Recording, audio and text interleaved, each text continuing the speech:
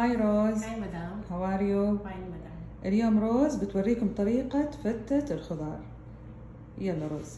Hello mga kabayan. Ngayon magagawa ako ng papta khudar or vegetable salad. Ito, nag-prepare ako ng potato. Hiniwa ko siya ng cubes at piniried ko siya. At eggplant. At itong cauliflower. Itong cauliflower, hiniwa ko siya ng ganito. Maliliit. Tapos pinakuluan ko siya ng 5 minutes. Nilagyan ko siya ng cumin powder. After na mapakuluan ko siya ng 5 minutes, yan, dinirain ko at pinirito ko rin siya kasama nitong vegetable. At ito, naghiwa rin ako ng litos at parsley, fresh. At ito, naghiwa ako ng long na kubos at pinirito ko rin siya. At ito, hummus, ayan, hinugasan ko lang siya at preserve na siya. At itong pomegranate seeds, dry. At ito, nag-ready ako ng 2 yogurt. At ito, tahina. At nagawa rin ako ng lemon juice, 1 lemon juice. At nilagyan ko siya ng black pepper at konting salt. Prepare ko dito sa tray itong litos. Unahin ko dito sa ibabaw, sa ilalim itong litos na hiniwa ko.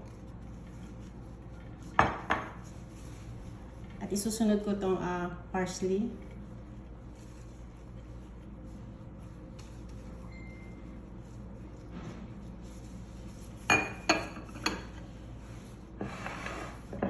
At yan, isusunod ko na yung cauliflower.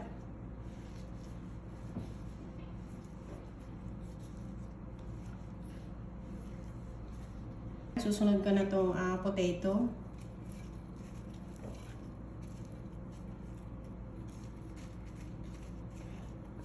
At yung eggplant. Susunod ko na yung hummus. Lalagay ko sa ibabaw.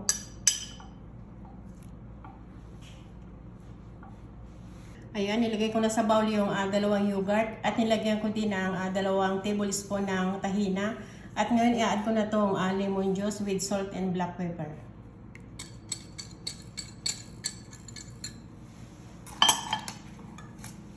At i-mix ko siya ng ganito.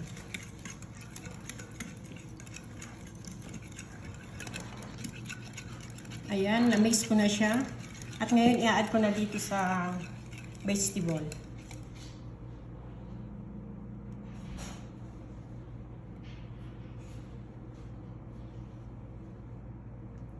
Ngayon, ilalagay ko na sa ibabaw itong pinirito kong kubes.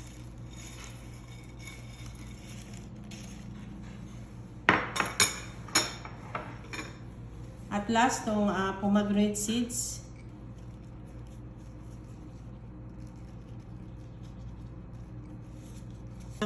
Ready na yung ginawa kong papta khudar or vegetable salad.